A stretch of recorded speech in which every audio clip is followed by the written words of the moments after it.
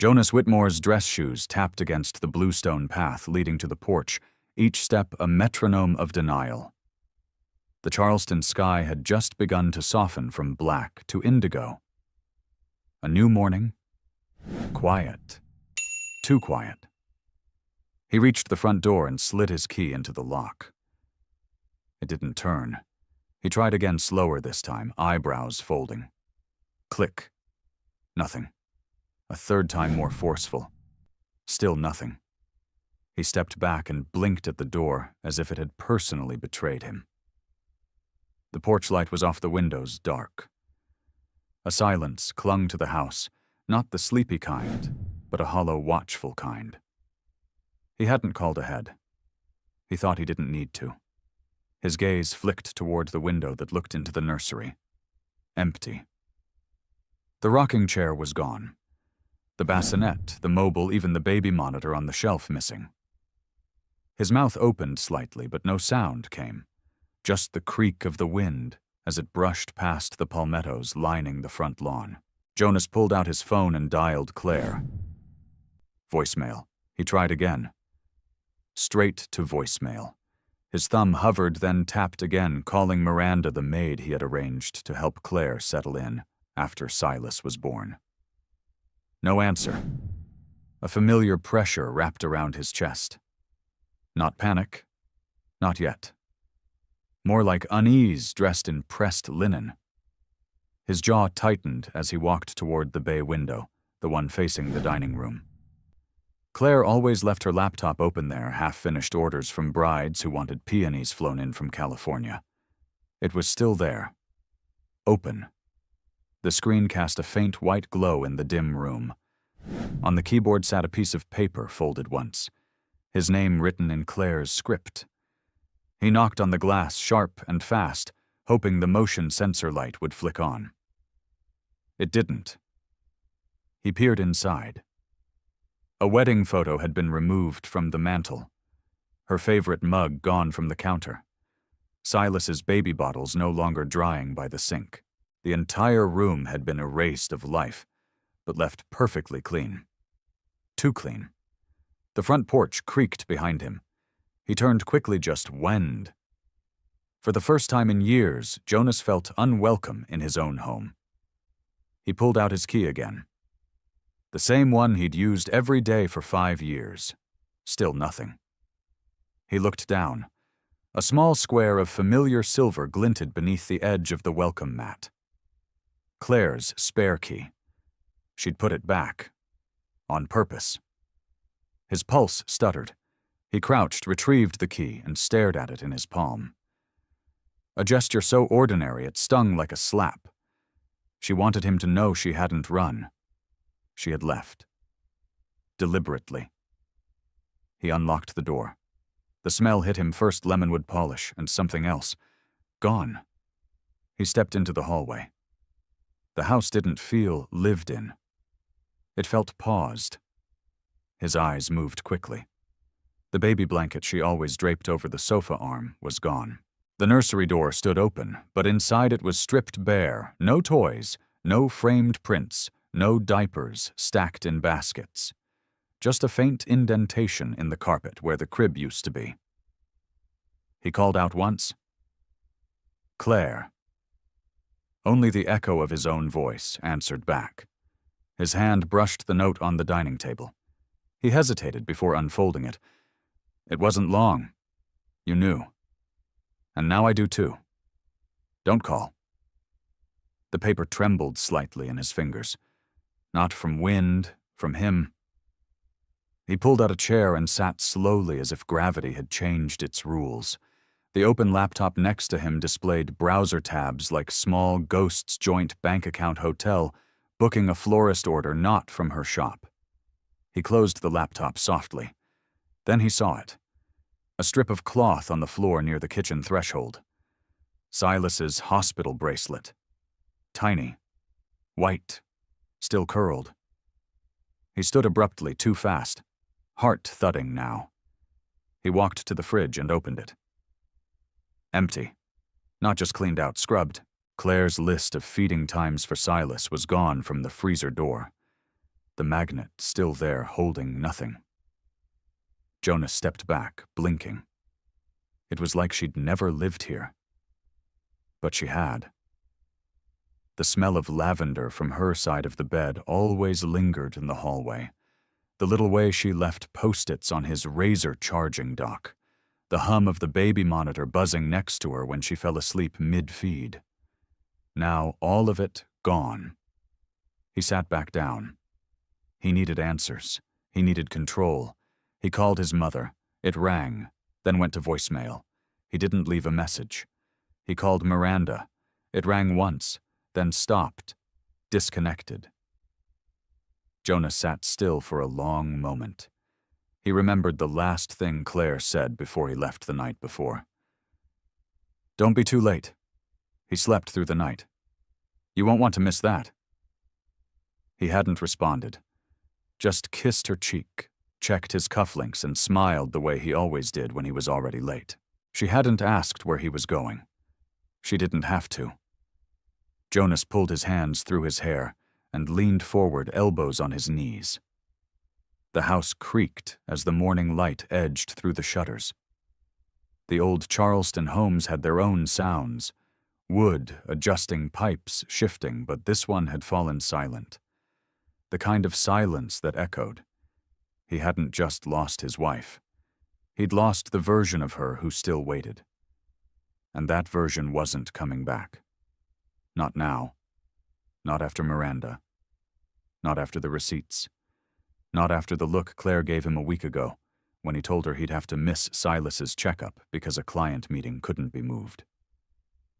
She had nodded quietly, but something in her had already started closing the door. He just hadn't heard the lock click yet. Until now. If you enjoyed this video, comment 1 to let me know. If not, comment 2. Your thought mattered to me either way. Claire adjusted the swaddle with one hand and reached for the bottle with the other, her fingertips trembling just enough to make the cap slip. It rolled across the kitchen counter, knocked against the vase of lilies, her own arrangement wilting now, and fell into the sink. Silas didn't cry. He rarely did, but his small, hiccuping breath made her throat tighten anyway. She paused, eyes on the bottle cap, her hand frozen over the faucet. Somewhere outside, wind rustled the magnolia trees lining the front walk, brushing against the white columns of their Charleston home like a polite visitor too afraid to knock. She was alone. Not in the dramatic, echoing way novels described. No, this kind of alone was quiet, domestic, chores without conversation, feedings without shared glances. Her days folded in on themselves like laundry left too long in the basket. Jonas hadn't been home for dinner in 6 nights.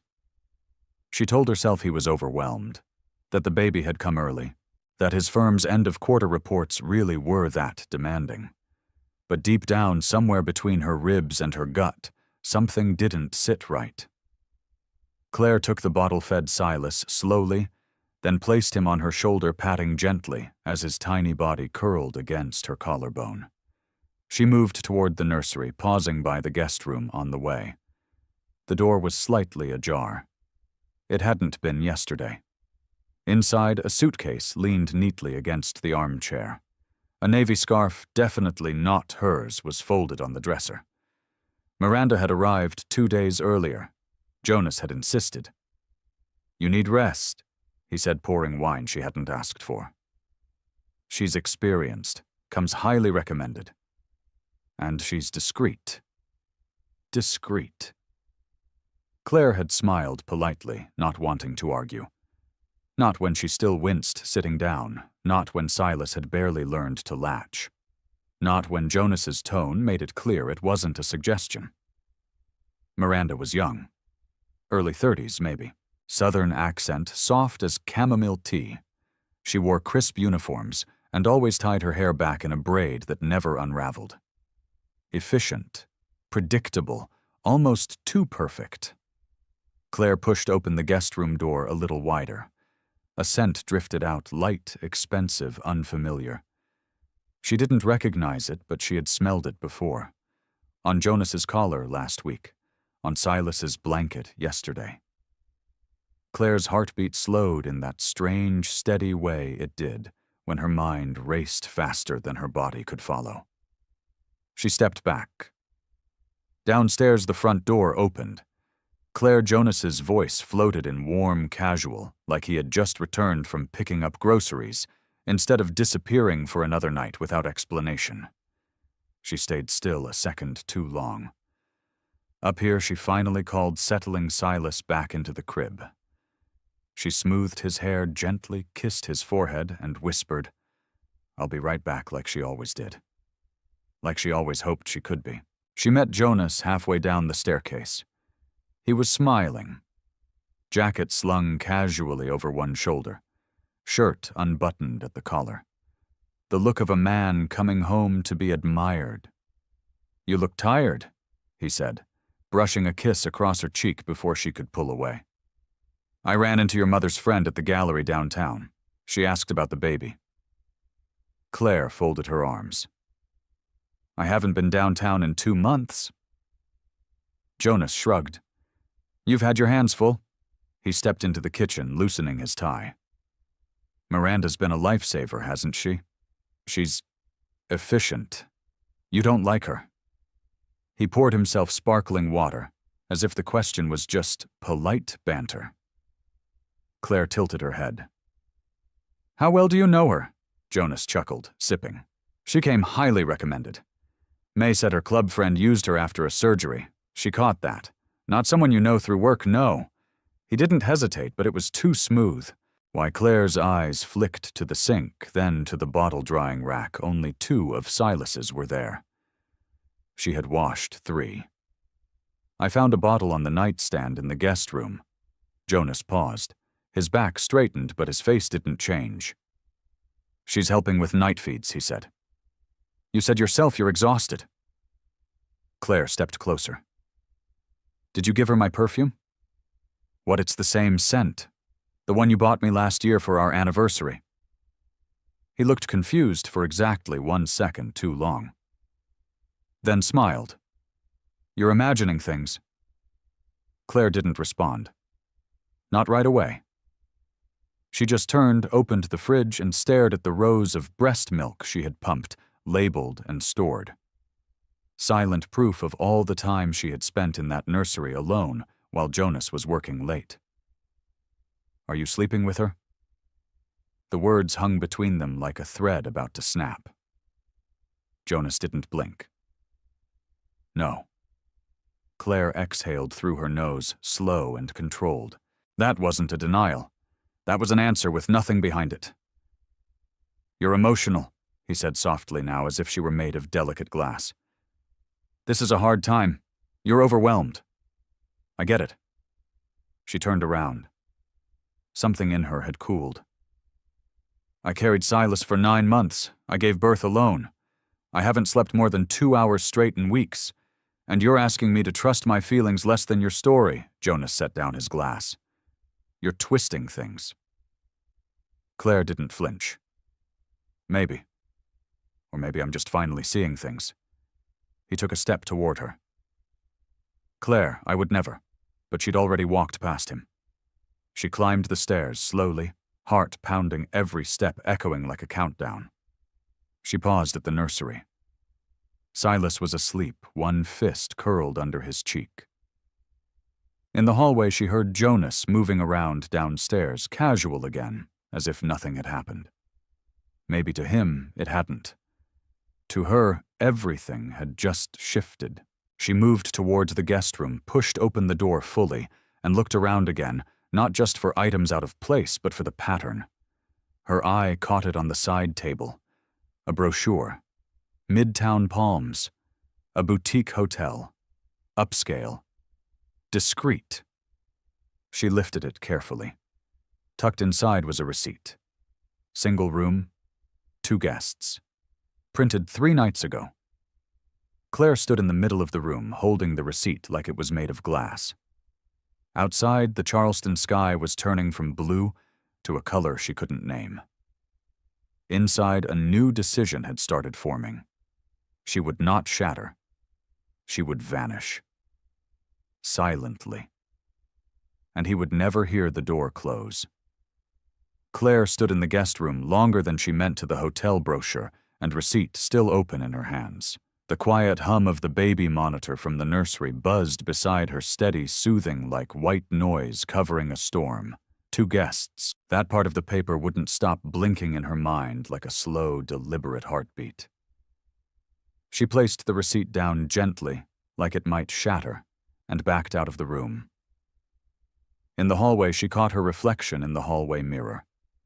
She didn't recognize the woman looking back. Hair in a loose braid, dark circles under her eyes, a soft cotton robe that clung to her too thin frame. Her collarbone looked sharper than it used to. But it was her eyes that stopped her. Not tired. Not even angry. Clear. And suddenly, done. She turned away from the mirror just as footsteps came up the stairs. Jonas. He was whistling, like everything was fine, like he hadn't just been caught with a receipt that proved she wasn't imagining anything. He stopped at the top step when he saw her. "Hey," he said easily, as if they were passing each other in a hotel hallway, not standing at the edge of something breaking. Claire didn't speak. She just held his gaze. He tilted his head. "You all right?" Her voice was steady. "Where were you 3 nights ago?" He blinked once. "At the Peninsula Club. You know that. You told me the dinner ran late. Said it was an out-of-town partner." "It was." She stepped to the side. "Then you won't mind explaining the hotel receipt I just found in the guest room. 2 guests. Midtown Palms." Jonas's face changed. Only slightly. A twitch in the corner of his mouth. A brief flicker in his eyes. "I don't know what you're talking about." She waited. He didn't continue. Silence stretched like a taut rope between them. Claire's voice dropped. "Don't insult me by pretending you forgot." Jonas rubbed the back of his neck. "Claire, you've just had a baby. You're overwhelmed. Exhausted. Let's not." "No." Her voice cut through, quiet but firm. "Don't put this on hormones or stress. Not this time." He exhaled through his nose-lips, pressing into a line. "Fine. I met a client. She missed her flight. I booked a room so she wouldn't have to drive all the way back to Savannah." "That's it?" "A client." Claire repeated her voice, low, steady, disbelieving. Jonas nodded. "Strictly business." She nodded slowly, as if committing the lie to memory. He reached out, tentative. "You have to trust me." I did. They stood there. She could hear the faint creak of the rocking chair in the nursery behind her, the ghost of a lullaby she hadn't sung. Jonas's phone buzzed in his pocket. He ignored it. Claire stepped back toward the nursery door. Her hand rested lightly on the knob. "I want her gone." "What, Miranda, or Callista, or whatever her real name is?" Jonas blinked. "Why would you? Because she smells like my perfume. Because she keeps calling Silas sweetheart, like she's done it for years. Because she folds my laundry like she's lived here longer than I have." He stared at her, unreadable. "You're paranoid." "No," Claire whispered. "I'm awake." She opened the nursery door and walked in the scent of baby powder and milk wrapping around her like a memory she couldn't hold.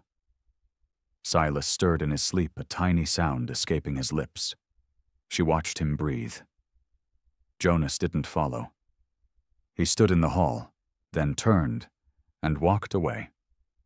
She didn't stop him. That night, Claire lay in bed alone, one arm curved around the baby monitor. She couldn't sleep. Every time she closed her eyes, she saw the receipt. The scarf on the dresser. The shampoo in the guest bathroom that wasn't hers. The pieces weren't dramatic on their own. But together, they were a blueprint of betrayal. She opened her laptop in the dark. She typed slowly, carefully, and looked up flights to Asheville, where her godmother, Eloise, lived. Just to see. The next morning, the doorbell rang at 9 a.m. Claire wasn't expecting anyone. She balanced Silas on her hip and opened the door. It was May, Jonas's mother. Hair perfectly set, lips drawn in a disapproving pink line, holding a lemon bundt cake wrapped in cellophane. "I thought I'd drop this by May," said, stepping inside before Claire could respond. "You must be so tired." Claire bit the inside of her cheek and forced a smile. "Thanks. That's thoughtful." May looked around the foyer, eyes moving over every inch like an inspector. "Miranda says you've been overwhelmed. I'm glad she's there." Claire's stomach turned.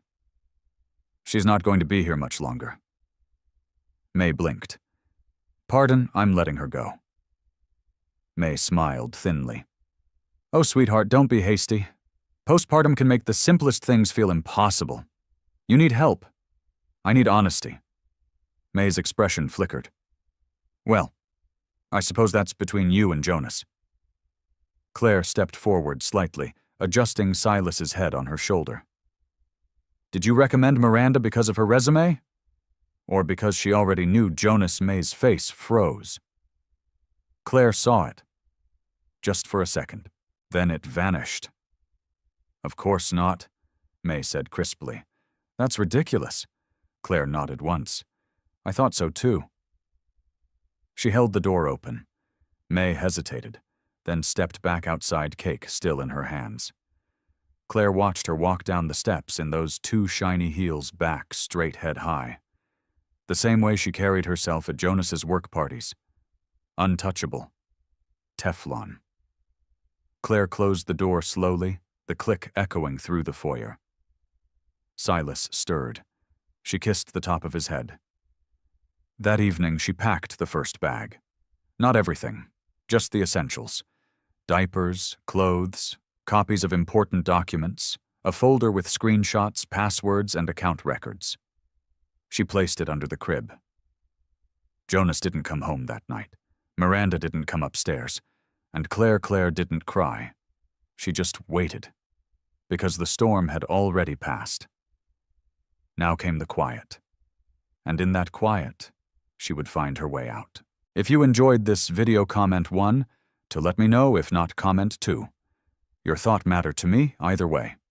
The morning sunlight spilled through the plantation shutters, warming the edge of the nursery floor like a spotlight creeping toward the truth.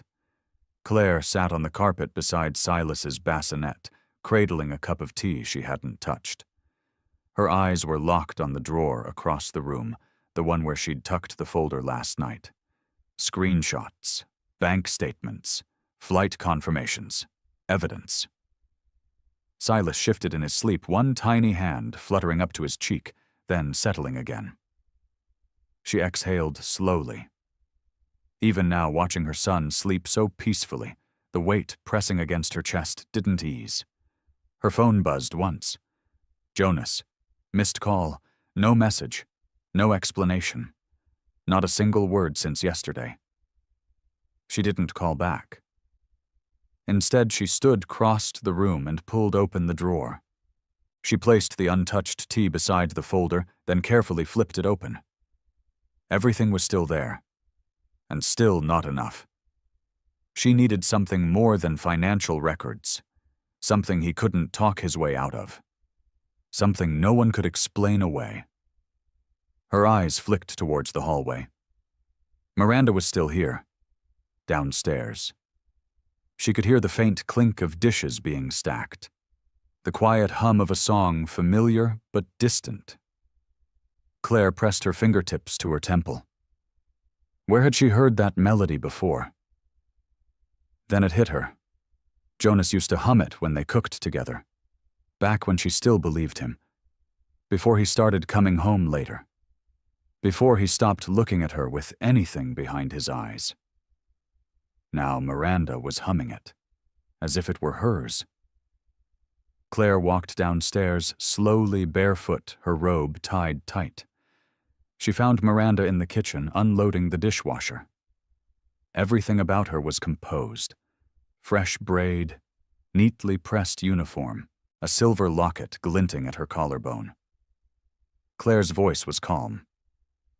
"Did Jonas teach you that song?" Miranda turned slightly, eyes widening just a touch. "I'm sorry, the tune you were humming. He used to hum it. Thought maybe he taught it to you." Miranda smiled too quickly. "Oh no, I just must have heard it somewhere." Claire nodded. "Must have." She walked to the fridge, opened it. Rows of labeled breast milk jars of homemade purees she hadn't made. "Did you go shopping yesterday?" Claire asked. Miranda's smile held. "Yes, ma'am. Jonas asked me to pick up a few things. I left the receipts in the drawer by the pantry."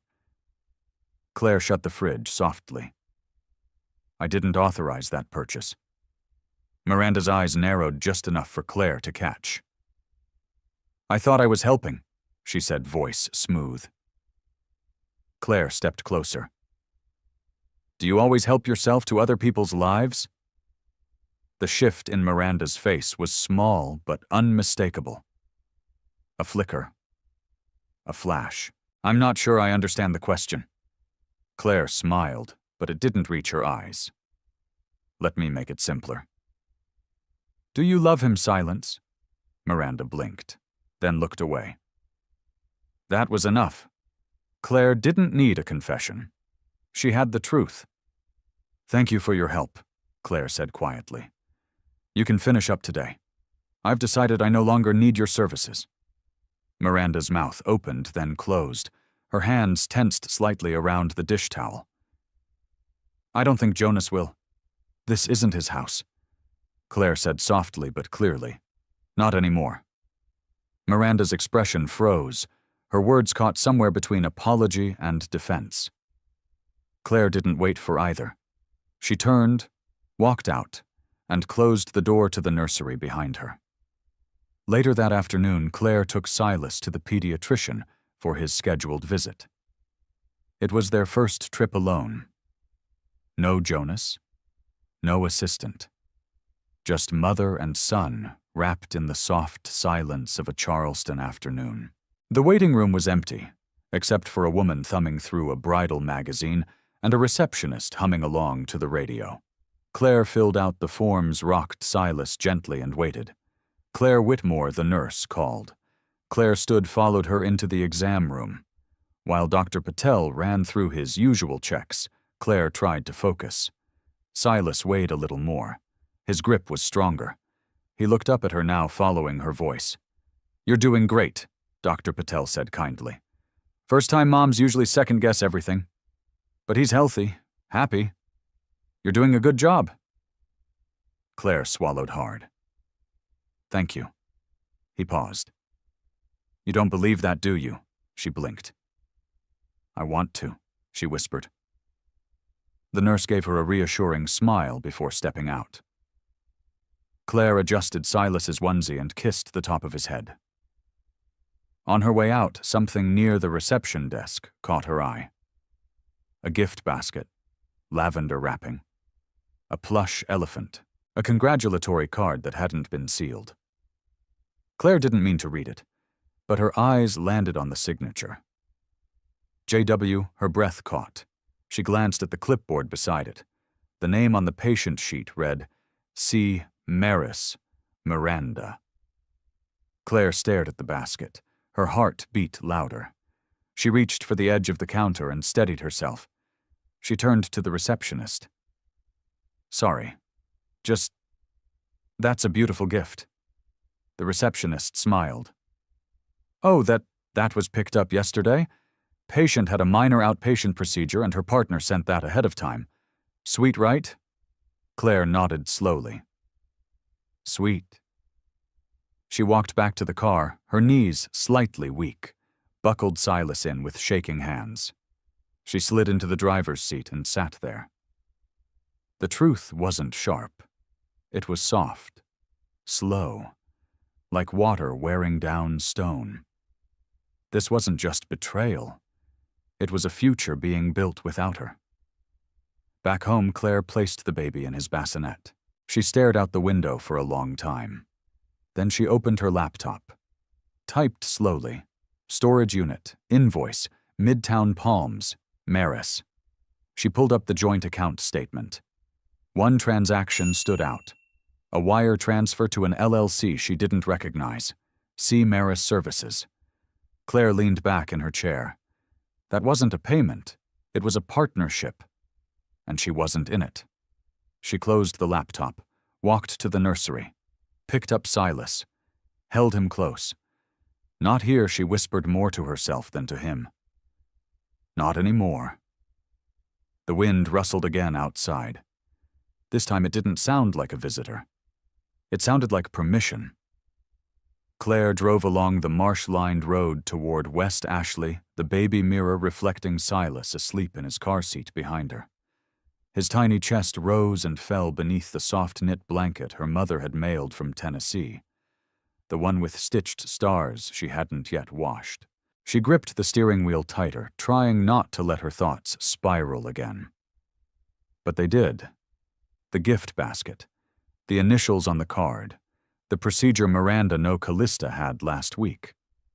She couldn't ignore it anymore. This wasn't just infidelity.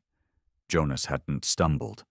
He had constructed a second life, a parallel world made of quiet hotel rooms, fabricated invoices, and now, possibly a pregnancy that wasn't hers. Claire blinked hard and turned onto a shaded street lined with moss-draped oaks. Eloise's white cottage came into view, tucked behind lavender bushes and ivy-covered fencing, like it had been waiting to exhale. She parked and turned off the engine. Silas stirred but didn't wake. Claire sat in the silence, her breath shallow, her fingers still on the keys. It had taken every ounce of resolve to text Eloise late last night. The message was simple. I need to talk. I'll bring Silas. Please don't tell anyone. She hadn't heard back, but Eloise didn't need to respond. She would be ready. The front door opened before Claire could knock. Eloise stood in a faded cotton dress, barefoot, her gray hair in a low twist, reading glasses perched on her head.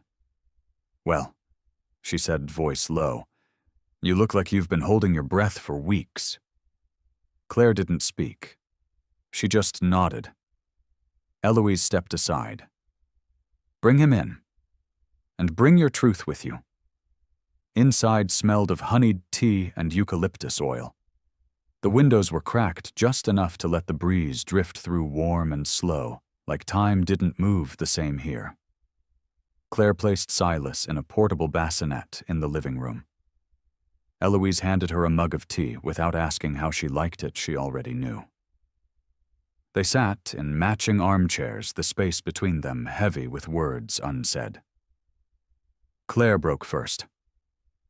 I think he's building a life with her. Eloise didn't flinch. You think or you know. Claire looked down at her mug. She received a basket at Silas's clinic, signed with his initials. She had a procedure, outpatient. Eloise tilted her head, eyes narrowing slightly. Claire, that girl wasn't just a mistake. She was a plan. Claire's eyes filled before she could stop them. I kept hoping it was just an affair, just sex. Something stupid he would regret. She laughed, sharp and soft all at once. But it's not just that. He gave her a job. My perfume. My baby's room. She didn't take it. He handed it to her. Eloise sipped her tea slowly, letting the silence speak for her. Claire looked up. What kind of woman stays after that? The kind who's scared, Eloise said gently. The kind who thinks walking away means failure. Claire shook her head. I don't feel like I'm failing. I feel like I'm disappearing. Eloise leaned forward, resting her elbows on her knees. Then make a plan. A real one. Not just gathering receipts or guessing at invoices. If you want to leave Claire, leave with both hands on the wheel. Claire's throat tightened. I don't even know where to start. Yes, you do, Eloise said. You came here. Claire exhaled, chest aching. There's money missing. From our joint account. Transfers labeled consulting, but I never approved them. There's a business name attached. C. Maris Services. I didn't realize it until I saw the clinic receipt. Eloise stood and walked over to a narrow desk. She opened a drawer and pulled out a notepad, her fingers moving with calm precision. I know someone. Detective Ezra King. Quiet, smart, knows how to look into things without making noise. Claire blinked. You're calling the police? No, Eloise said, scribbling a number. I'm calling an investigator. Because this isn't about catching him in bed. This is about what he's done with your name, your money, and your life. If he's used your accounts to fund anything under false pretenses, it's not just betrayal. It's misconduct. Claire stared at her, stunned. I didn't even think of it like that. Of course you didn't, Eloise said softly. You've been surviving. She handed Claire the paper. Call him. Today. Claire looked down at the number. Her hands trembled slightly. Eloise reached for her hand and held it gently. You are not weak for loving him, but you will be strong for walking away. Claire nodded slowly. Then the baby stirred. She stood and walked to Silas, lifting him carefully into her arms. He nestled against her chest, warm and steady.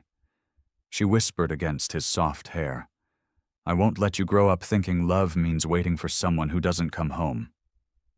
Eloise watched, her eyes glassy. You're already doing better than most, she said. Claire looked up. How? Because you're not just leaving for yourself. You're leaving for him. Outside, the wind rustled the lavender bushes. Claire stood still for a long moment, Silas pressed to her heart. Then she folded the paper with Ezra King's name on it and placed it in her purse. Not a maybe. Not a what if. A start. A real one.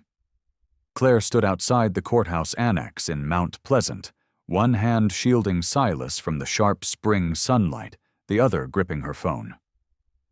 The number Eloise had given her was dialed in. All she had to do was hit call. She didn't. Not yet. She glanced at the building's facade, white stone, tall columns, glass doors that reflected her image back at her. She looked like a woman running an errand. No one would guess the truth she was preparing to uproot her entire life. A woman pushing a stroller passed by and smiled. Claire smiled back instinctively. Then quietly, she pressed the call button. Ezra King Investigations. A male voice answered after 2 rings, warm, direct. Hi, Mr. King. My name is Claire Whitmore. Eloise Harland referred me to you. She said you could help. A beat of silence, then a shift in tone. Yes, she mentioned you might call. Do you have a few minutes now? Claire exhaled. Yes. I'm outside, but I can talk. All right, Claire, he said calmly. Tell me what you know and what you suspect. She told him everything. Not every feeling, just the facts. The receipts, the business name, the basket at the clinic, the guest room, the bank transfers. Ezra didn't interrupt. When she paused, he asked, Do you have access to your joint account? Still do. For now, I want you to stop using it immediately. Open a new account under your maiden name. Transfer only what you can verify as solely yours. And do it soon. Claire blinked. You think he's watching the account? I think anyone funding a secondary life under a hidden LLC is smart enough to notice missing money. If he's using your assets to support someone else, and you have proof, you'll need that money protected before any action is taken. Claire nodded, even though he couldn't see her. Can we meet? She asked. I'm based just outside of Columbia, Ezra said. But I have meetings in Charleston this weekend. I can see you Sunday, somewhere quiet. There's a coffee shop in West Ashley, corner of Old Town and Oakfield. No one Jonas knows goes there. 3 o'clock? Yes. I'll find you. And Claire, yes. Bring every document you've collected. Don't email me anything yet. Paper trails are safer when things are this fresh. Claire's throat tightened. Is this going to explode? Ezra paused. No, he said. Not if we handle it smart. But it will change. You need to be ready for that. She nodded again. Thank you, she whispered. Don't thank me yet, he replied. We're just getting started. They ended the call. Claire looked down at Silas, who blinked up at her with that wide-eyed trust only babies had. She stroked his cheek, then turned toward her car. At home, the driveway was empty. Jonas was still gone. Inside, Claire moved fast. She opened the fireproof safe in their bedroom closet and pulled out the paperwork, the marriage certificate, Silas's birth records, her passport, the last 2 years of tax returns. She didn't know what Ezra would need, but she brought it all. She gathered every receipt she'd saved and printed fresh copies of the digital ones, the wire transfers, the business license, the address for C. Maris Services, LLC. When she reached the last page of the printouts, her breath caught. There was an invoice she hadn't seen before, labeled Client Services Package Extended, date 2 days after Silas was born, amount $5,000, recipient C. Maris. The description field simply said, Adjustment Support and Transitional Integration. Claire stared at the words, heart thudding. What did that mean? Was he paying her to slowly replace Claire, to transition her out of her own life? She copied it, highlighted it, added it to the folder. That night she didn't sleep. Silas woke twice. Claire held him longer than usual, watching the way his little hand curled into hers. She tried to imagine the kind of woman he'd grow up calling mother. Whether he'd remember these moments. Whether the absence of his father of this house would live in him like a shadow. She whispered promises into the dark, not for comfort, but as a vow. Sunday came quickly. Claire arrived at the cafe early and took a booth in the back. She wore sunglasses, a scarf over her hair, and kept her bag close.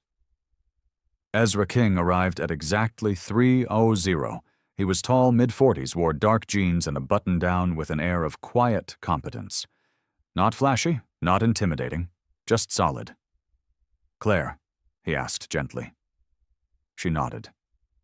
He sat across from her and slid a legal pad onto the table. Let's start, he said. Tell me everything. Again. She did, this time with emotion, with voice cracks, with every suspicion, every knot in her gut, every moment that hadn't made sense until it all did. Ezra took notes, stopping only once to say, Slow down. You don't have to rush. You've already done the hardest part. Claire pressed her fingers into the bridge of her nose, steadying herself. I feel like I'm living someone else's life. Like I woke up in someone else's house. That's what good liars do, he said. They make you feel like you're crazy for asking questions. But your instincts aren't wrong. And the documents back you up. He flipped through the folder carefully. This invoice, he said, tapping the new page, is particularly telling. It's vague on purpose. Claire swallowed. What do we do with it? Ezra looked up. If you want to pursue financial misconduct or asset misappropriation, we can open a formal investigation. But you need to decide what your goal is. My goal is to protect my son. Ezra's eyes softened. Then I'll help you do that.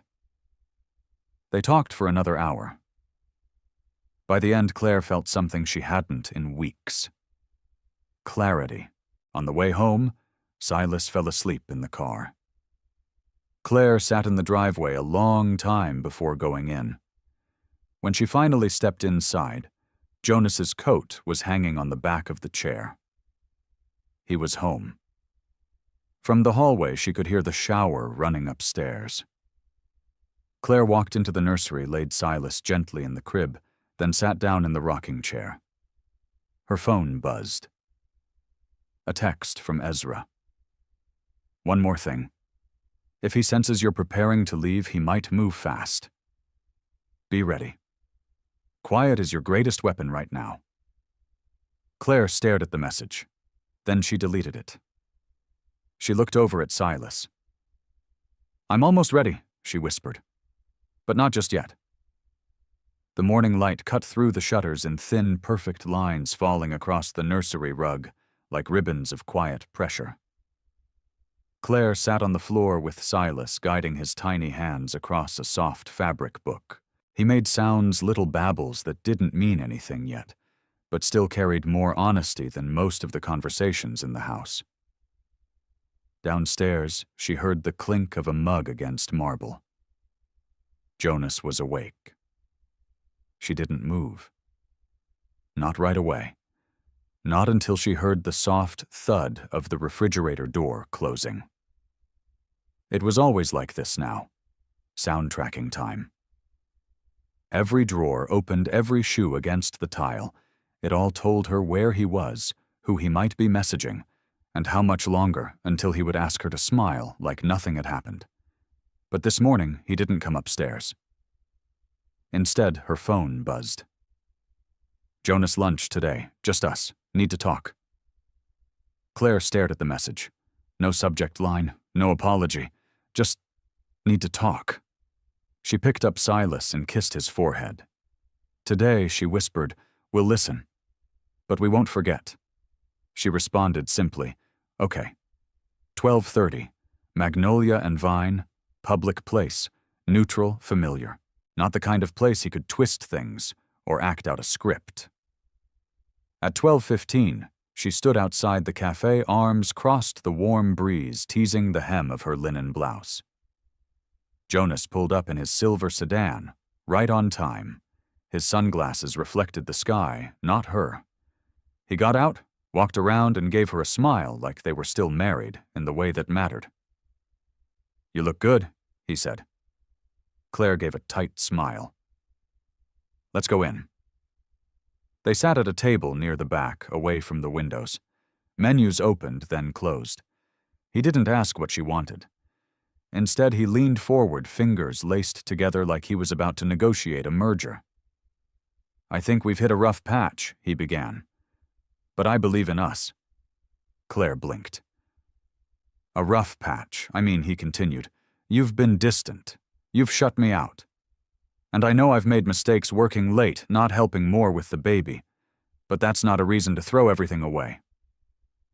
Her throat felt dry. "What do you think I'm throwing away, Jonas?" "Our life. Our family. We can fix this. We just need time." Claire looked down at the table. "You're speaking like nothing's happened." He paused. "What do you think happened?" Claire didn't answer. So he pressed on. "Look, I know Miranda was around more than you liked. I'll admit that blurred lines happened, but nothing permanent. It was temporary confusion, stress, exhaustion." Claire's hands curled into fists beneath the table. "You paid her through a shell company." He blinked. "What, you funneled money to a business in her name?" "I have the receipts, Jonas. And the invoices." He straightened. "Claire, you've misunderstood. It's not what you think. I think you tried to replace me." He leaned back in his chair, exhaling sharply. "You're being dramatic." Claire reached into her purse and pulled out a manila envelope. She slid it across the table. He didn't open it. "That's a copy of every transaction tied to C, Maris Services, along with notes from a private investigator. You're using my name, my accounts, and my trust to build something behind my back." He didn't say anything. Claire leaned in slightly. "This isn't just infidelity, Jonas. It's fraud. And depending on how much longer you let it go, it could turn into something even worse." He finally looked down at the envelope. His fingers twitched. "You hired someone?" he asked. "No," she said calmly.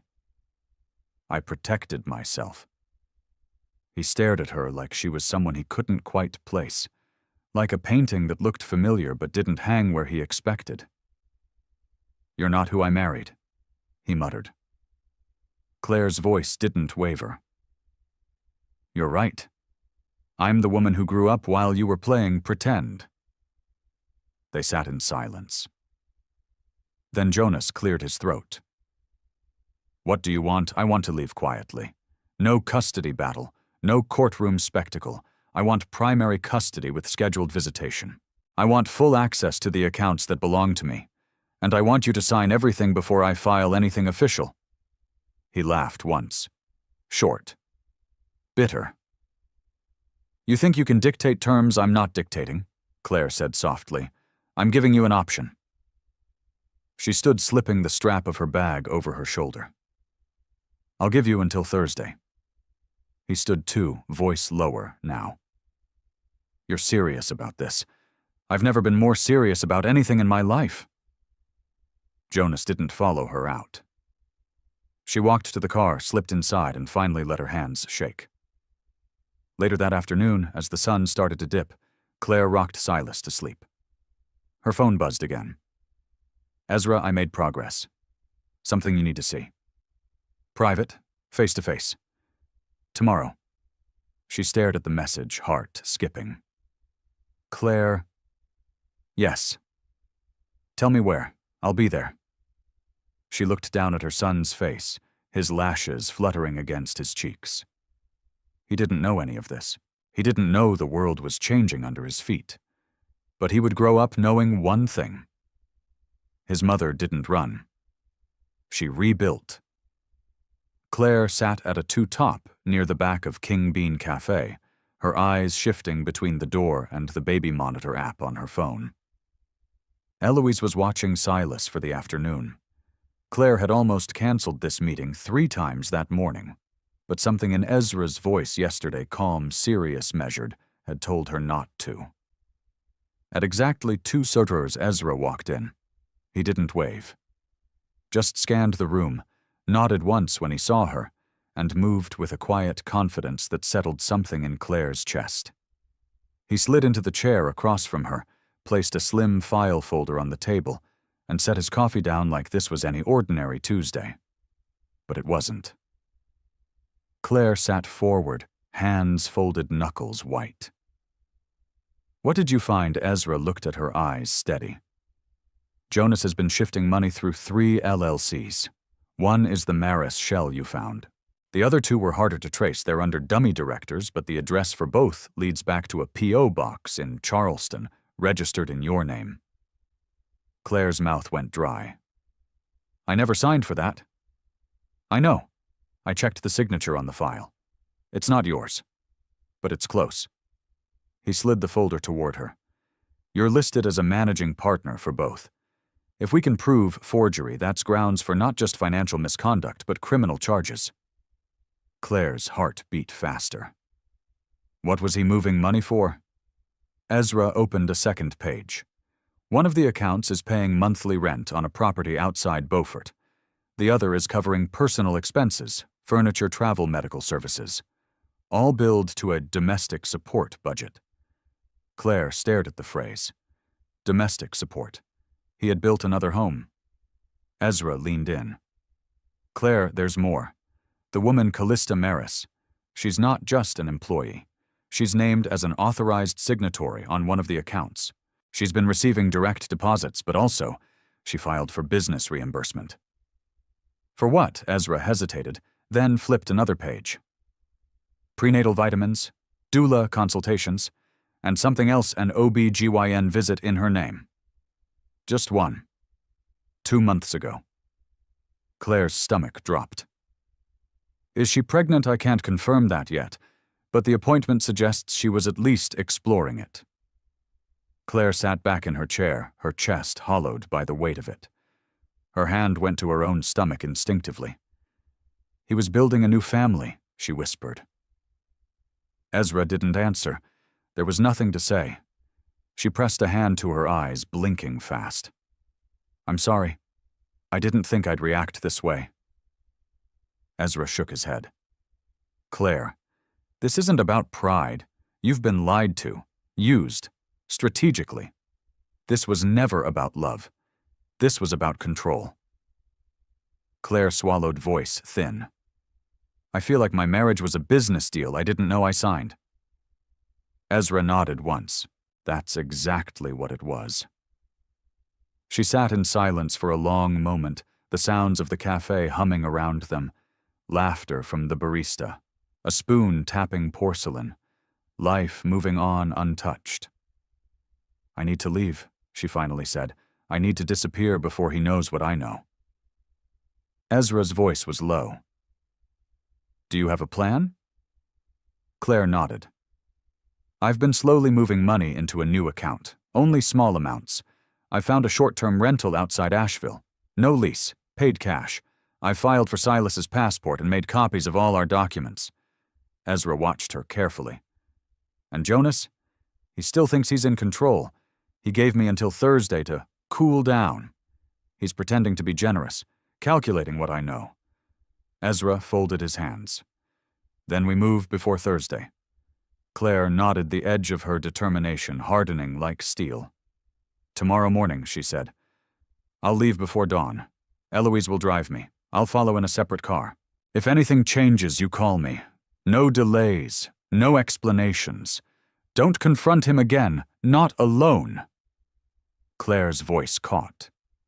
What if he finds me? Ezra held her gaze. "Then he'll be meeting a very different version of you, one who's protected, one who knows the law is on her side." Claire stared down at the file. So many pages, so many lies. "I can't believe I slept beside him for so long and didn't see it." "You did," Ezra said gently. "That's why you're here now." Claire tucked the file into her bag, her hands no longer shaking. She rose to her feet, looked at Ezra, and said, "Tomorrow I start over." And this time, no one would write her story for her. Claire barely slept. She lay in bed, fully clothed, her overnight bag already zipped and leaning against the wall by the door. The soft light of the moon spilled through the curtains, washing the room in a quiet silver that made everything look still except her mind. She kept checking the time. 2:12 a.m. 2:28. 3:03. Every few minutes, she glanced at the baby monitor on her phone, watching the tiny rise and fall of Silas's chest as he slept. Outside, the wind picked up, brushing against the windows, like it too was ready to go. By 4:17, she was dressed and downstairs, thermos of tea in hand keys tucked into the front pocket of her coat. She packed Silas's bag with practiced speed, diapers, wipes, Formula 2 of his favorite toys, and the soft gray blanket with stitched stars.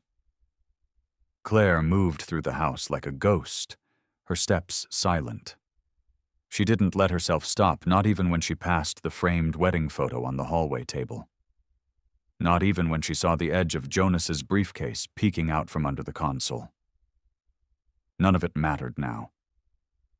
She walked into the nursery and carefully lifted Silas into her arms. He stirred but didn't cry. His cheek pressed into her collarbone, and Claire whispered into his ear, "We're going somewhere safe, baby, just you and me." She slipped outside just as Eloise's car rolled up the drive. The headlights were off, the engine barely hummed. Eloise stepped out and opened the back door without a word. Claire placed Silas into the car seat and buckled him in her hands, firm but gentle. Their eyes met over the hood of the car. "You sure?" Eloise asked softly. Claire nodded once.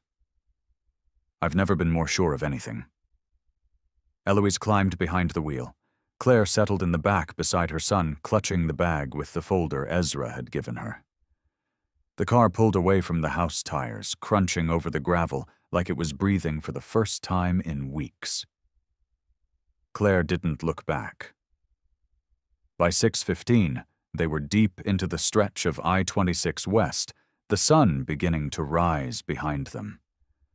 The sky was a muted violet, slow and pale, as if the world was easing into color again. Silas stirred, then let out a quiet coo. Claire leaned down and kissed the top of his head. "I didn't lose anything," she whispered to herself. "I took back what was already mine." They reached Asheville just before 9:00. The rental was small, a 2-bedroom bungalow tucked between a dogwood tree and a mossy fence. The paint was chipped in places, and the front porch leaned slightly to the left. But it was quiet, safe, and for now it was theirs. Eloise walked the perimeter, double-checking every window and lock like a second mother wolf. Claire opened the blinds in the nursery and laid Silas down on the quilted mat she had packed from home. He looked around with wide, curious eyes. She sat on the floor beside him. "This is it, baby," she said gently. "A new beginning." Later that afternoon, Ezra called. "I have something for you," he said. "But I need to ask first, are you ready for what comes next?" Claire's grip tightened on the phone. "Yes." "Then we move forward. Tomorrow I'll file a report with the state attorney. The forged documents, the financial trail, it's enough to trigger an investigation." Claire felt her pulse in her ears. "And custody we file simultaneously for an emergency order, based on financial misconduct and potential endangerment if Callista is pregnant, and misusing Claire's accounts. You'll need to appear via secure video conference. Can you do that?" "Yes. I'll walk you through it. You're not alone." She hung up, sat back on the worn sofa, and stared at the ceiling for a long time. Jonas had always been one step ahead. Slick, charismatic. He moved through life as if nothing stuck to him. But that only worked when no one challenged the illusion. Now she had facts, records, names, and her voice. The silence in the room grew louder until the knock at the door broke it. Claire stood, opened it slowly, and there on the porch stood Ezra. He held a USB drive in one hand, a paper file in the other. "I thought you'd want this in person," he said. She stepped aside to let him in. They sat at the small kitchen table, Ezra spreading the contents across the wood like a puzzle with jagged edges. Claire scanned each sheet, signed invoices, surveillance screenshots, timestamps, video stills. One image made her pause. It was Jonas standing outside a small brick townhouse in Beaufort. A woman was with him, Callista visibly pregnant, her hand resting on her lower back. Claire stared at the photo heart, still then rising into her throat. "She's showing," she whispered. Ezra nodded. "It's real." Claire closed the folder slowly. He was never going to stop. "No," Ezra said. "But now he has to answer for it." Claire sat in silence, the weight of her decisions finally landing. She looked at Ezra.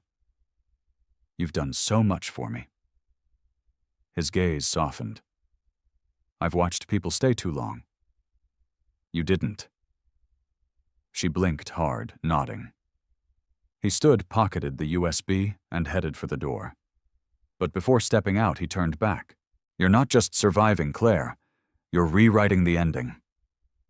And when the door closed behind him, Claire let herself breathe for real, for the first time in months. Rain clung to the windows of the Asheville bungalow like it didn't want to let go. A soft, steady patter, a sound that might have been soothing in another life. But Claire wasn't listening to it. She was staring at her laptop, the glow of the screen lighting her face in the dim kitchen. Ezra's face was on the screen, live-centered calm as always. "Breathe," he said. "I'm here with you." Claire blinked twice, swallowed once. "Okay." The video conference had just begun. The state attorney's assistant had joined. A notary.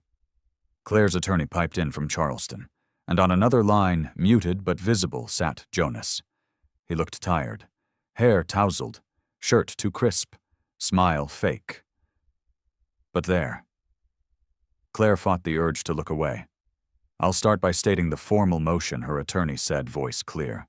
"We're requesting immediate sole physical and legal custody of the minor child Silas Whitmore on grounds of financial misconduct, document forgery, and misuse of joint marital assets." Jonas shifted in his seat. His attorney, a woman Claire had never met, leaned forward. "My client denies all allegations," she said smoothly, We request a temporary delay to review the evidence. In the meantime, we propose joint custody, alternating weekends, shared holiday time, and no, Claire said firmly. The room paused. I'm sorry, Jonas's attorney asked. Claire leaned forward, heart-racing voice steady. No shared holidays, no weekends, no joint custody until this is resolved. Her attorney gave her a quick, approving glance. Claire continued. He forged my name on state documents. He opened businesses under my identity. He paid another woman possibly to carry his child using my funds. This isn't a misunderstanding. It's a betrayal and a legal violation. Jonas finally unmuted. Claire, come on, he said, tone sliding into something familiar. You're overreacting. You think I would actually try to. She cut him off. You already did. I'm not speculating. I have documents. You're listed as the originator on 3 different wire transfers to companies you built without telling me. One of them paid for a doula, Jonas. A doula? His face flushed red. That's not what it looks like. Claire folded her hands. Then what is it? Silence. Ezra's voice entered the conversation low and measured. We also have records showing Ms. Maris authorized several purchases using a credit line linked to Claire's name. That line has been frozen, but it was active for months. The assistant attorney finally spoke. Given the evidence and the fact that the child is currently in a stable, undisputed environment with the mother, we will grant temporary sole custody to Mrs. Whitmore. Claire exhaled, chest tight. The father may petition for supervised visitation pending full investigation results, the assistant added. Court hearing will be set within 30 days. Jonas's attorney nodded stiffly. The meeting adjourned. Jonas remained on screen a moment longer. He opened his mouth like he might say something, then closed it. The camera went dark. Ezra leaned in. You did it. Claire nodded slowly, tears rising behind her eyes. It doesn't feel like victory. It's not, he said. It's safety, it's distance, it's breathing room. She nodded again, lips trembling. I didn't even cry. You don't need to, Ezra said. Not until you want to. She ended the call and sat back in her chair, silence wrapping around her. Outside, the rain had eased. A thin beam of gray light pressed through the clouds, landing on the countertop like a small reminder morning always comes. Later, Claire walked into the nursery. Silas was asleep in his crib, one hand balled in a fist near his cheek. She brushed her fingers over his soft curls, then sat on the floor beside him. I told them the truth, she whispered. He didn't stir. She leaned her head against the crib and closed her eyes. That night, Eloise made a casserole and brought it to the house. They sat at the table in silence for a while, the kind of silence that felt full, not empty. Claire finally broke it. I don't know what comes next. Eloise looked at her with that same steady warmth she always carried. You've spent months preparing for the storm. Maybe now you just get to live in the calm. Claire laughed quietly. I don't know what that looks like. You'll learn, Eloise said. One choice at a time. Claire looked toward the nursery. One choice at a time. She could do that. She had already started. It was a soft Thursday morning in Asheville, one of those strange in-between days where the world felt paused, sky-overcast air, still nothing demanding attention. Claire stood in front of the living room window, coffee untouched, Silas babbling on the floor with a wooden stacking toy. She should have felt peace. She had the ruling, temporary custody, space. But something gnawed at her. She reached for her phone and checked it again. Nothing from Jonas. Nothing new from Ezra. Then, just before 9:00, a call came through. Not Ezra. Not Eloise. Unknown number. Her pulse jumped. She hesitated, then answered. Hello? There was a pause. Then a woman's voice, quiet but firm. Is this Claire Whitmore? Yes. My name is Callista Maris. Claire felt her body go still. I know you don't want to hear from me, Callista continued. But please don't hang up. I'm not calling to defend myself. Claire sat slowly on the edge of the sofa, heart pounding. Why now I didn't know what Jonas was doing, not at first. I was told you were separated, that you were distant, that he was in the process of filing. Claire said nothing. Callista sighed softly. I believed him. I shouldn't have. I saw things, little things, but I told myself he was just trying to protect you. That's what he said. That you were fragile. Claire's throat tightened. Then I found out I wasn't the only one. There were other names, other accounts. One of them had my social linked to it. He was using me too. Claire's voice finally came. So what do you want from me? I want to give you everything I have. The paperwork, messages, statements. I've started documenting it all. But I don't know who to give it to. I can't go to the police, not alone. He threatened to ruin me if I ever spoke up. Claire's eyes narrowed. Why are you calling now? There was a long pause. Because I'm not pregnant. Claire blinked. I told him I was, for a few weeks. He got excited, made promises. But it wasn't true. I thought maybe if he believed I was, he'd see me. Actually see me. And he did until the moment I told him the truth. Then everything changed. Claire sat in stunned silence. He froze me out, like I was just another line item on a balance sheet. So now I'm doing what I should have done months ago. Claire closed her eyes. Her voice was soft. Why should I trust you? I don't expect you to. But I think you'll trust evidence. Callista hesitated, then added, I've already sent copies to Ezra King. He said he'd pass them to you once we spoke. Claire opened her mouth to respond, but nothing came. Then Callista said something that stopped her cold. I was never going to take your place. I was just trying to matter to someone. I realize now I was disposable the moment I stopped being useful. Claire gripped the phone tighter. You deserve your life back, Callista finished. If you let me help, I can make sure Jonas can't use you or Silas ever again. Claire didn't respond. She simply ended the call. She stared out the window again, but the world didn't look paused anymore. It was tilting, shifting. Callista had given her something she hadn't expected. Power. At 10:11, Ezra called. I got the email, he said, without preamble. She's telling the truth. The attached files are authentic. There's enough here for the Attorney General's office to open a formal fraud case. Claire took a breath. What does that mean? It means Jonas is out of time, and soon he'll be out of leverage. Ezra paused, then added, You were right to leave when you did. Claire felt tears prick the corners of her eyes. I don't feel victorious, she whispered. You feel free. That's different. Later that night, after Silas was asleep and the house was quiet, Claire stepped out onto the porch. The sky was clear now, deep navy scattered with stars. She wrapped her arms around herself and looked up the air, cool against her cheeks.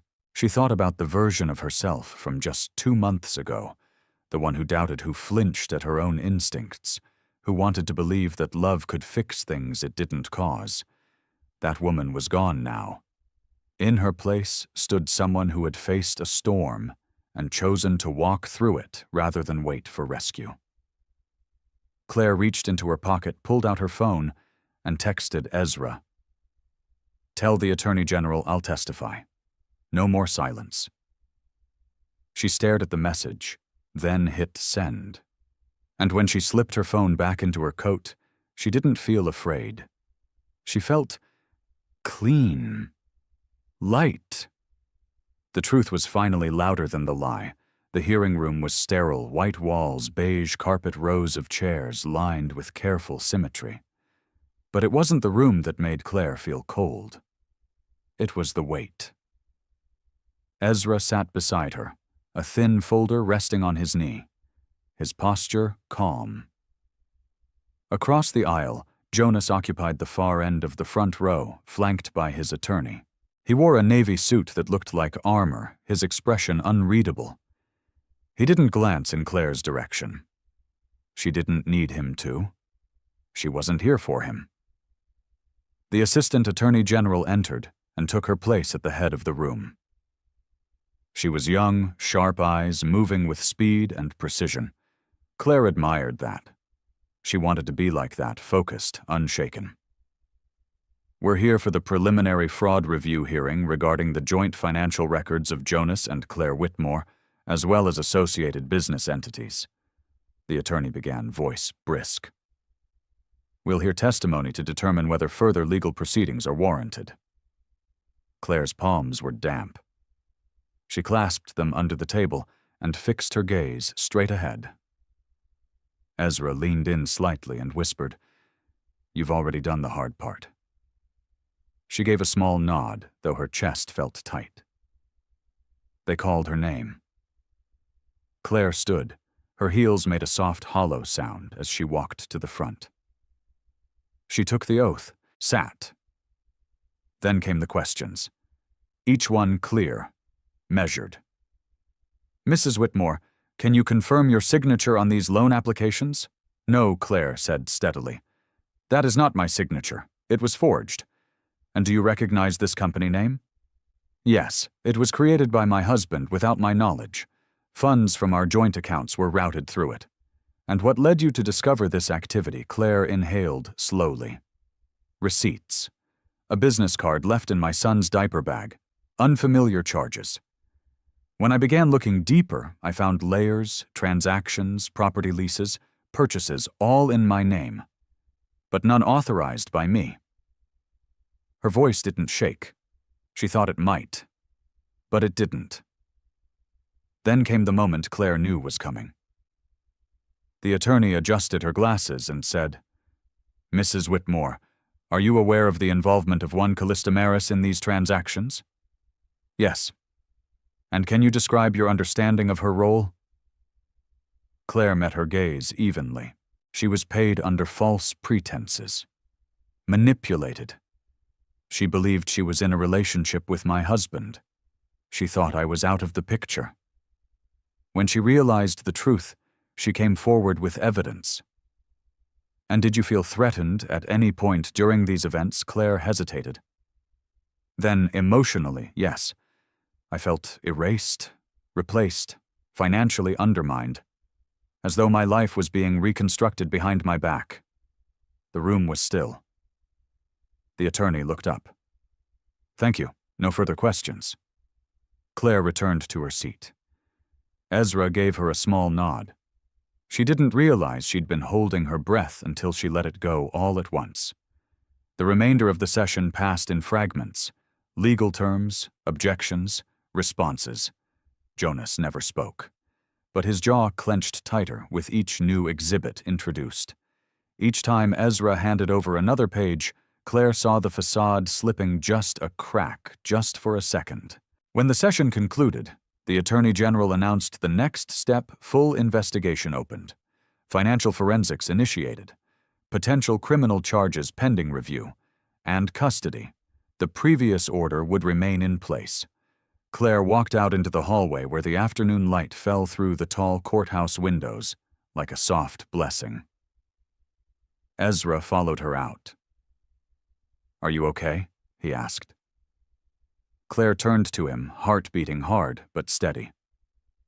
"I feel like I just walked out of a burning house," she said, "and realized I didn't need anything from it." He gave a small smile. "That's the first sign of healing." They stood in silence for a beat. Then Ezra added, "You did something most people never get the courage to do."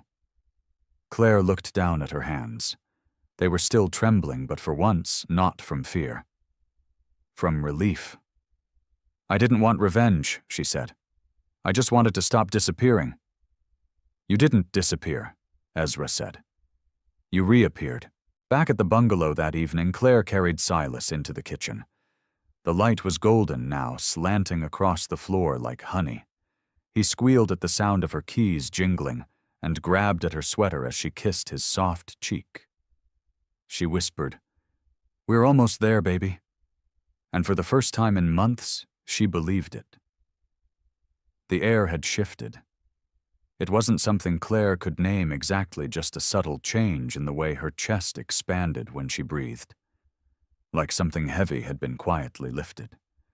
She didn't realize how tightly she'd been living until the tension started to melt away. 3 days after the hearing, she received a call from the state's fraud division.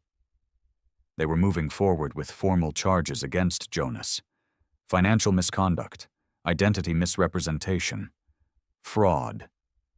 It was real now. Official. She thanked them and hung up, then stood there in the quiet house, staring at the walls. For the first time, she didn't feel hunted. She felt like the door had finally been locked from the inside. Later that day, Ezra showed up at the bungalow. She hadn't asked him to come. He just appeared holding a brown paper bag with 2 cups of coffee and something that smelled like cinnamon. "I figured you could use something warm," he said, stepping inside without pretense. Claire blinked. "You always have good timing?" He smiled faintly and handed her a cup. "I take pride in that." They sat in the living room, Silas babbling on the floor between them, happily slapping a rubber giraffe against the rug. Claire took a sip of the coffee, then looked at Ezra carefully. "You never ask me how I'm doing," she said. He glanced at her. "I figure you'll tell me when you're ready." She tilted her head. "Why do you care?" He didn't answer right away. Instead, he leaned forward, elbows resting on his knees, eyes on Silas.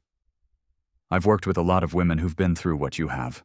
Most of them get quiet, resigned. They say things like, 'It's not worth the fight,' or 'He'll never let me go.' But you didn't do that. You ran, yes, but you ran with purpose. You asked questions. You followed the trail. You didn't look away." Claire was quiet.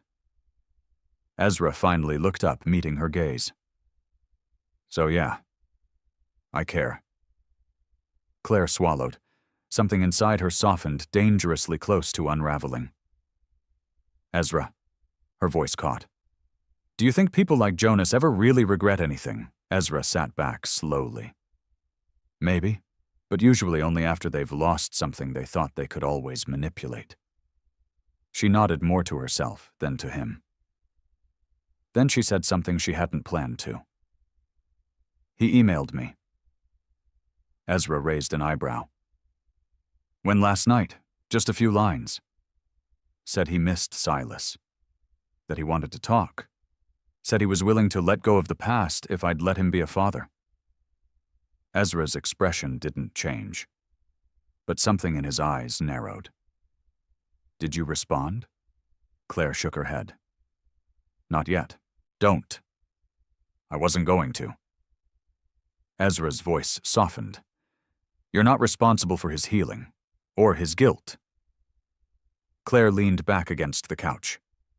"Part of me still waits for him to say something real, something that proves he knew what he was doing." Ezra nodded slowly. "The hardest thing to accept is that some people aren't sorry for what they did. They're just sorry they got caught." Claire exhaled. Silas babbled something that sounded suspiciously like "duh," and Claire's heart clenched. "He won't grow up confused," she said. "Not about who raised him, not about who protected him. You're already making sure of that." There was a long pause. Then Claire said quietly, "Do you ever think about starting over?" Ezra blinked. "You mean professionally, no personally?" He hesitated. "Sometimes." Claire looked over at him. "What holds you back?" Ezra gave a small, almost sad smile. "I think I got good at being useful. And sometimes when you're always the one helping, you forget how to ask for anything in return." Claire's breath caught.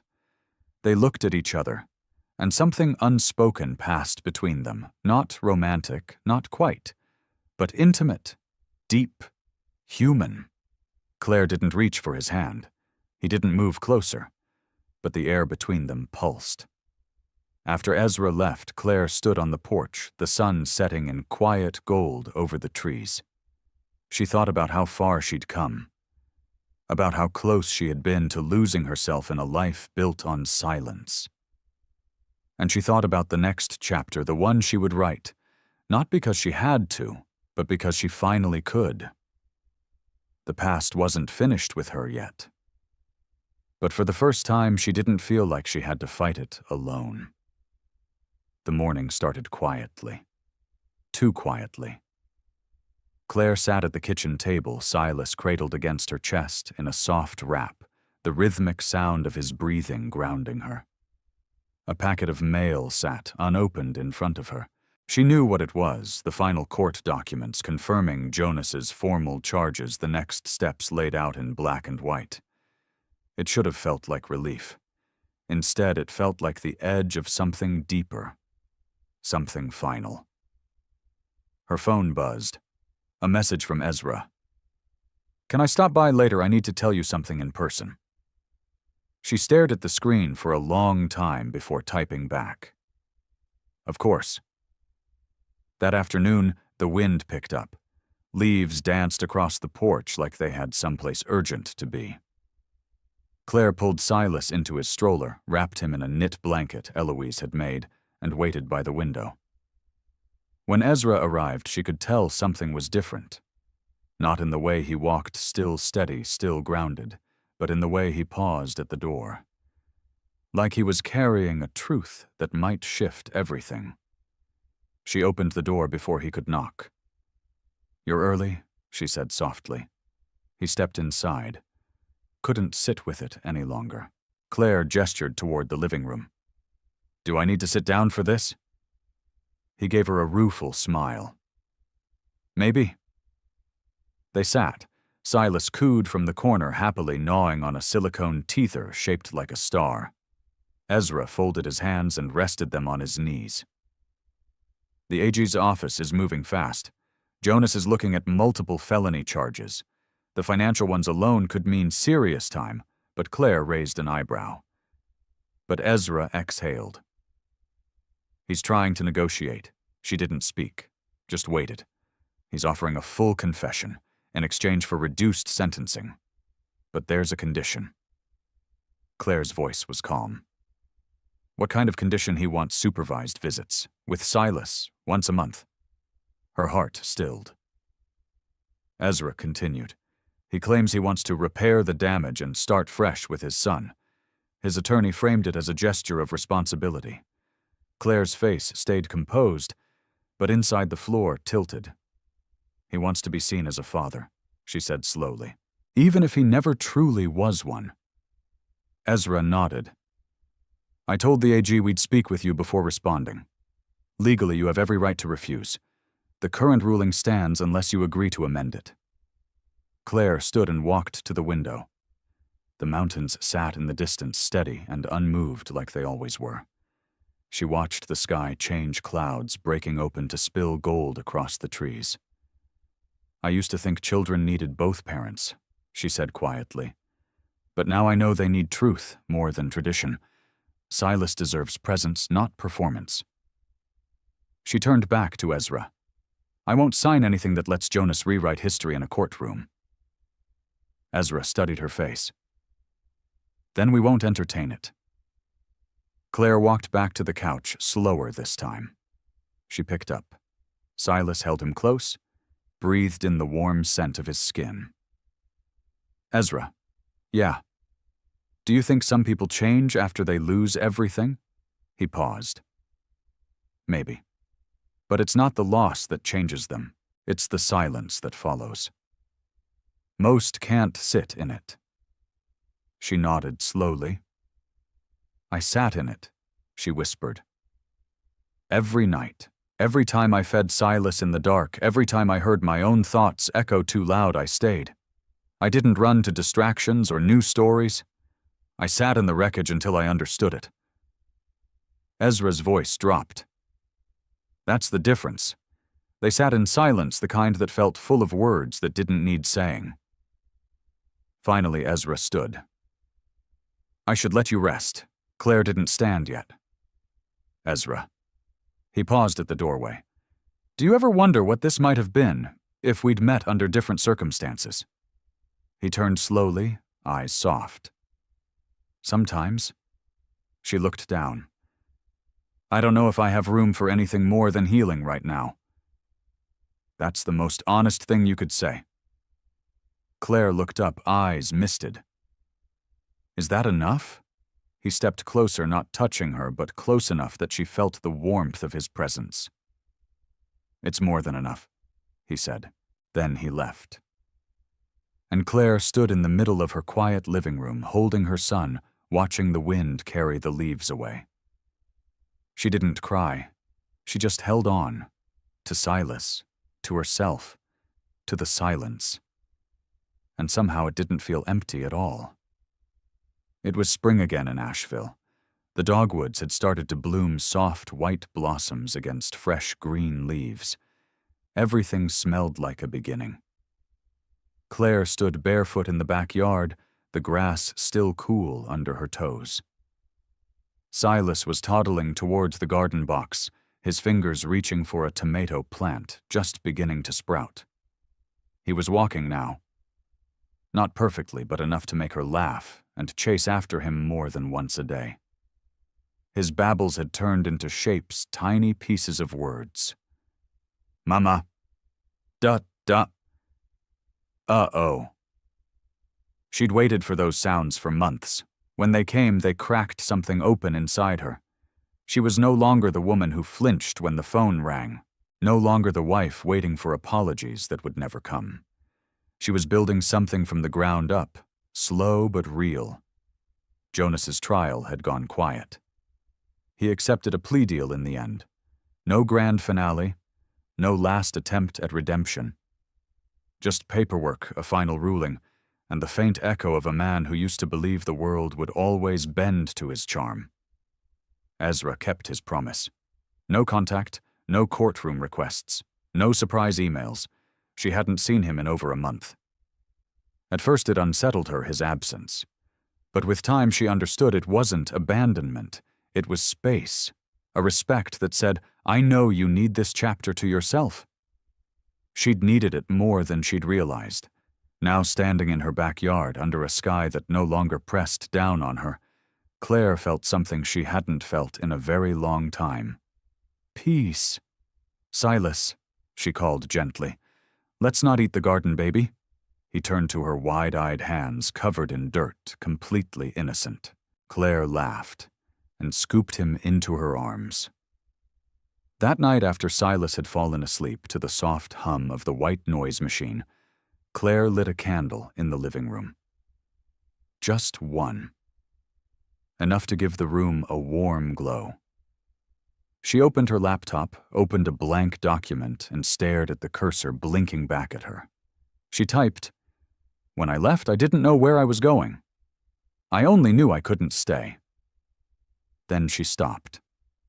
Took a breath. Started again. This isn't a story about leaving. It's a story about remembering who I was before I was someone's wife, before I became a mother in the dark, before I measured my worth in someone else's needs. The words flowed, not fast, not polished, but true. She didn't write to punish. She wrote to heal. It took her 3 hours to finish the first 3 pages. She saved the file under the title, Somewhere Safe. When she closed the laptop, her eyes drifted to the window. Rain had started to fall, a light, steady drizzle, the kind that didn't demand attention but insisted on presence. Then her phone buzzed. A text. From Ezra. I saw your op-ed in the journal. You have a voice that carries. Thank you for using it. Claire stared at the message. Her op-ed had only gone live that morning. A short piece about quiet courage healing as a mother and what it meant to choose peace over permission. She smiled, then typed back, Thank you for seeing me before I saw myself. There was a pause. Then another message. Would you ever want to get coffee, with no paperwork between us? She laughed under her breath, shook her head. That man always knew how to land exactly where it mattered. Her thumbs hovered. Then she typed, "One day, when the story feels ready." She didn't wait for his reply. She didn't need one. In the silence of that small house with its peeling porch paint, its hand-me-down furniture, and its scent of lavender from the diffuser, she never turned off. Claire felt more at home than she ever had in the penthouse with Jonas. That place had been a performance. This was real. Silas stirred from the baby monitor. She walked softly into his room, and watched as he settled again, thumb tucked near his cheek, breath even. She whispered, "We're okay now. Not perfect, not healed all the way, but okay." And that after everything was more than enough.